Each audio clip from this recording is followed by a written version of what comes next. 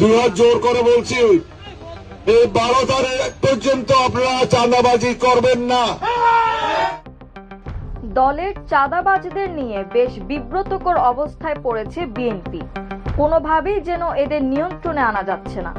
থামানোর উপায় না পেয়ে এবার 12 তারিখ অর্থাৎ নির্বাচনের দিন পর্যন্ত চাঁদাবাজি না করার জন্য করজোড়ে দলের নেতাকর্মীদের প্রতি অনুরোধ জানিয়েছেন চট্টগ্রাম 13 আনোয়ারা কর্ণফুলী আসনের বিএনপির প্রার্থী সরওয়ার জামাল নিজাম।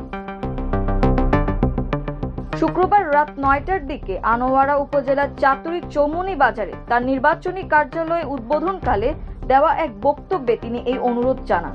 পরে বক্তব্যের 55 সেকেন্ডের একটি ভিডিও সামাজিক যোগাযোগ মাধ্যমে ছড়িয়ে পড়লে তা নিয়ে আলোচনা সমালোচনা শুরু হয়।